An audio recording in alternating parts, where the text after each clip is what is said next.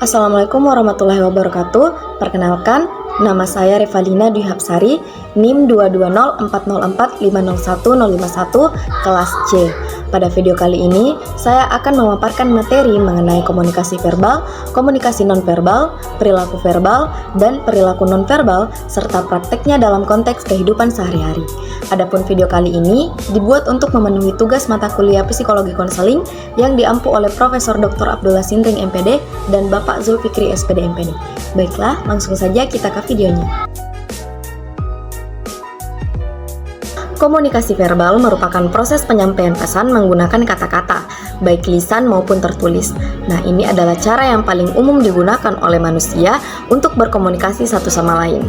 Dalam komunikasi verbal, ide, pikiran, dan perasaan disampaikan melalui penggunaan kata-kata yang memiliki makna tertentu. Nah, ada beberapa elemen penting dalam komunikasi verbal. Yang pertama itu adalah kata-kata. Nah, kata-kata adalah unit dasar dari komunikasi verbal. Mereka dapat berupa kata-kata yang diucapkan secara lisan maupun dituliskan. Penggunaan kata-kata yang tepat dan jelas sangat penting untuk memastikan pesan disampaikan dengan baik. Kemudian yang kedua itu ada artikulasi. Nah, artikulasi ini merujuk pada cara kata-kata diucapkan atau dituliskan. Nah, ini mencakup penggunaan intonasi, aksen, dan penekanan yang dapat memengaruhi makna dari apa yang disampaikan. Kemudian yang ketiga ada konteks. Nah, konteks juga sangat penting dalam memahami pesan yang disampaikan. Ini mencakup situasi, budaya, dan latar belakang partisipan dalam komunikasi. Konteks membantu menafsirkan makna yang sebenarnya dari kata-kata yang digunakan. Kemudian yang keempat ada penerimaan. Penerimaan atau pemahaman pesan oleh pihak yang menerima sangat penting dalam komunikasi verbal. Hal ini bisa dipengaruhi oleh keterampilan mendengarkan, kemampuan bahasa, dan pemahaman budaya.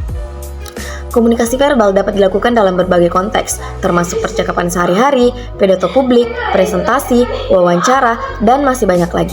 Kemampuan untuk berkomunikasi secara efektif secara verbal adalah keterampilan penting dalam kehidupan pribadi, profesional, dan sosial. Komunikasi yang efektif membutuhkan penggunaan kata-kata yang tepat, artikulasi yang jelas, dan pemahaman yang baik tentang konteks dan audiens yang dituju.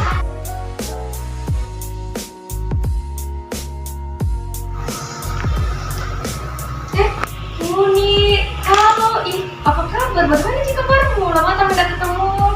Ya halo Reva, iya baik kabarku ya, lama sekali tidak ketemu Ci. Kau ya bagaimana sih kabarmu? Alhamdulillah baik juga. Betul, selesai skripsimu? Belum, masih stuck kayak ini di penelitianku. Kau ya? Oh, kalau saya selesai masih alhamdulillah, aku rasa juga sekarang. Oke. Makasih nah Reva. Kuharap begitu Ji. Oh kayaknya harus pergi sekarang deh. Lupa ada janji sama dosen pembimbingku Reva. Reva. Duluan makan Reva nah. Oke deh Uni. Dadah Reva. Dadah. Next time kalau mau ketemu lagi kembali kanan. Iya Reva, duluan kanan dadah. Iya dadah.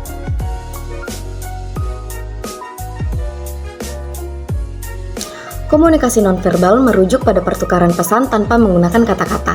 Nah, ini melibatkan ekspresi wajah, gerakan tubuh, bahasa tubuh, kontak mata, postur tubuh, nada suara, dan bahkan jarak fisik antar individu.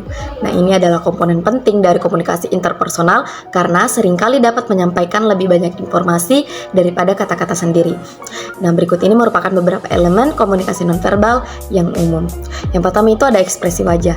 Nah, ekspresi wajah ini dapat memberikan petunjuk tentang perasaan dan emosi seseorang. Misalnya, senyum menunjukkan kesenangan atau persetujuan, sementara kerutan di dahi dapat menandakan kebingungan atau ketegangan. Kemudian yang kedua ada gerakan tubuh. Nah, gerakan tubuh seperti mengangguk, menggelengkan kepala, atau menggerakkan tangan dapat memberikan tambahan makna pada percakapan. Gerakan tubuh yang besar atau aktif dapat menunjukkan kegembiraan atau antusiasme, sementara gerakan yang lebih tenang atau terkendali mungkin menunjukkan ketenangan atau kehati-hatian. Kemudian yang ketiga ada bahasa tubuh. Nah, bahasa tubuh ini mencakup seperti postur tubuh, gestur tangan, dan posisi tubuh secara keseluruhan. Misalnya, seseorang yang duduk tegak dan menatap ke depan mungkin menunjukkan kepercayaan diri. Sementara seseorang yang menundukkan kepala dan menyilangkan tangan mungkin menunjukkan ketidaknyamanan atau keengganan. Kemudian yang keempat itu ada kontak mata. Nah, kontak mata yang tepat dapat menunjukkan ketertarikan, rasa hormat, atau kepercayaan, sementara kurangnya kontak mata dapat diartikan sebagai ketidakpedulian atau ketidakjujuran. Kemudian yang kelima ada nada suara. Nah, cara seseorang mengatur nada suara mereka termasuk volume, kecepatan, dan intonasi dapat memberikan banyak informasi tambahan tentang perasaan atau niat mereka. Misalnya, suara yang tenang dan terkendali mungkin menunjukkan ketenangan, sementara suara yang keras atau cepat mungkin menunjukkan kegembiraan atau ketegangan. Kemudian selanjutnya itu ada jarak fisik atau proxemics. Nah, penggunaan jarak fisik dalam komunikasi juga merupakan bagian penting dari komunikasi nonverbal. Jarak fisik yang dekat dapat menunjukkan keintiman atau kepercayaan, sementara jarak yang lebih jauh mungkin menandakan ketidaknyamanan atau kewaspadaan. Nah, komunikasi nonverbal seringkali terjadi secara tidak sadar, tetapi memahami dan menginterpretasikan sinyal-sinyal ini dapat membantu meningkatkan pemahaman kita tentang pesan yang disampaikan oleh orang lain dan membantu kita berkomunikasi dengan lebih efektif.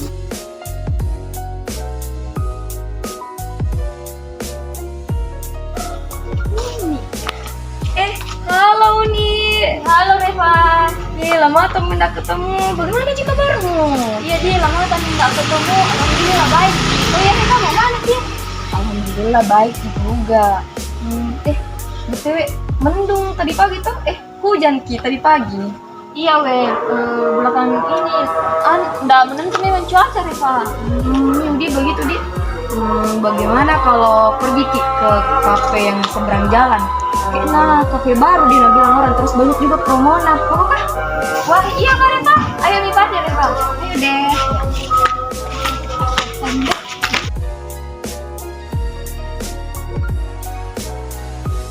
Perilaku verbal merupakan segala bentuk komunikasi yang menggunakan kata-kata, baik secara lisan maupun tertulis. Ini mencakup percakapan sehari-hari, presentasi, ceramah, tulisan, dan segala bentuk komunikasi yang menggunakan bahasa. Nah, ada beberapa elemen penting yang sekiranya terdapat dalam perilaku verbal. Yang pertama itu ada komunikasi lisan. Nah, komunikasi lisan ini mencakup percakapan sehari-hari, diskusi, presentasi, atau wawancara. Orang yang memiliki perilaku verbal yang baik cenderung mampu menyampaikan pikiran, gagasan, dan emosi dengan jelas dan efektif melalui kata-kata. Kemudian yang kedua ada kemampuan mendengarkan. Nah, perilaku verbal tidak hanya tentang berbicara, tetapi juga tentang kemampuan mendengarkan. Mendengarkan dengan baik memungkinkan seseorang untuk merespons dengan tepat terhadap apa yang dikomunikasikan orang lain, sehingga memfasilitasi komunikasi yang efektif. Kemudian yang ketiga ada kemampuan berpidato dan presentasi. Nah, ini melibatkan kemampuan untuk berbicara di depan umum dengan percaya diri dan jelas. Orang yang memiliki perilaku verbal yang baik dapat mengorganisir pikiran mereka dengan baik, menggunakan bahasa yang tepat, dan mempertahankan ketertarikan pendengar. Kemudian yang keempat ada kemampuan menulis. Nah, perilaku verbal juga melibatkan kemampuan untuk menyampaikan pikiran dan ide dalam bentuk tulisan.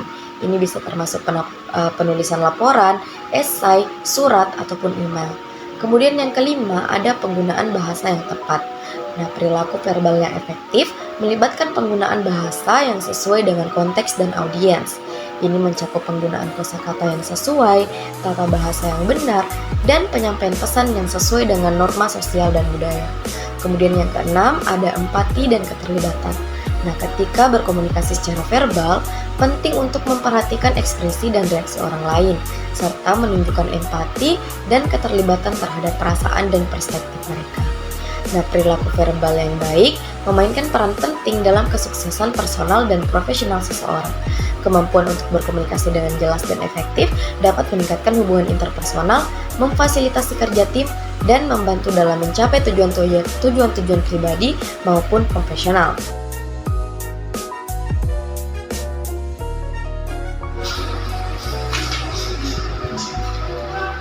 Halo nih. Halo Reva. Reva siap mau besok untuk ujian? Oh, ujian siap dong. Kok ya bagaimana? Cukup siap Mbak Reva, tapi masih harus selesaikan ini sisa-sisa soal latihan kok. Oh, soal latihan. Reva ya. Nah, mulai dari bab 1 mungkin deh. Menurut mana di sini yang susah? Soal tentang teori ekonomi makro, Reva masih agak enggak paham tak sama materinya. Oh, teori ekonomi makro. Kalau Itu tuh materinya kayak memang agak susah sih memang. Saya juga sebenarnya masih agak bingung Kak, tapi pas sudah baca beberapa referensi tambahan ternyata gampang dia bisa itu pahami. Gimana kasih lihat gitu. Oh iya Reva, ini bawa Kak juga buku.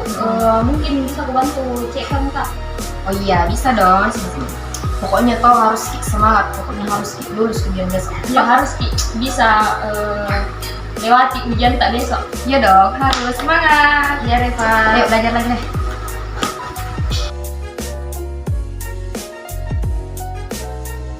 Perilaku nonverbal merupakan segala bentuk komunikasi atau ekspresi yang tidak melibatkan kata-kata.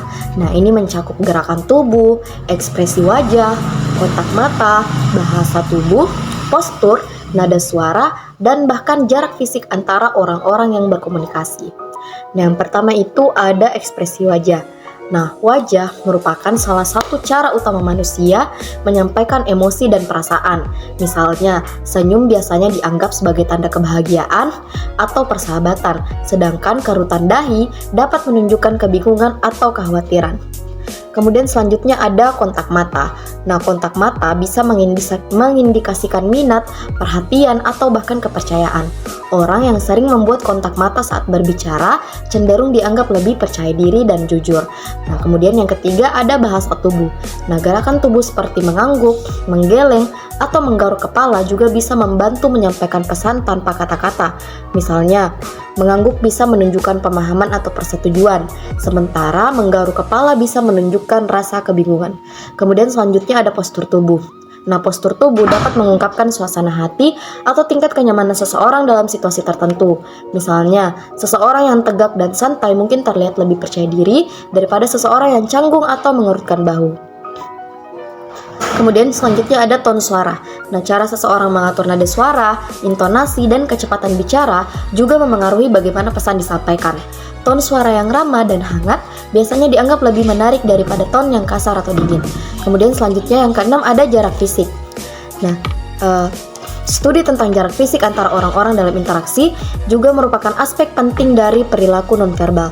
Jarak yang dekat dapat menunjukkan kedekatan atau keakraban, sementara jarak yang lebih jauh bisa menandakan kebutuhan akan ruang pribadi atau ketidaknyamanan.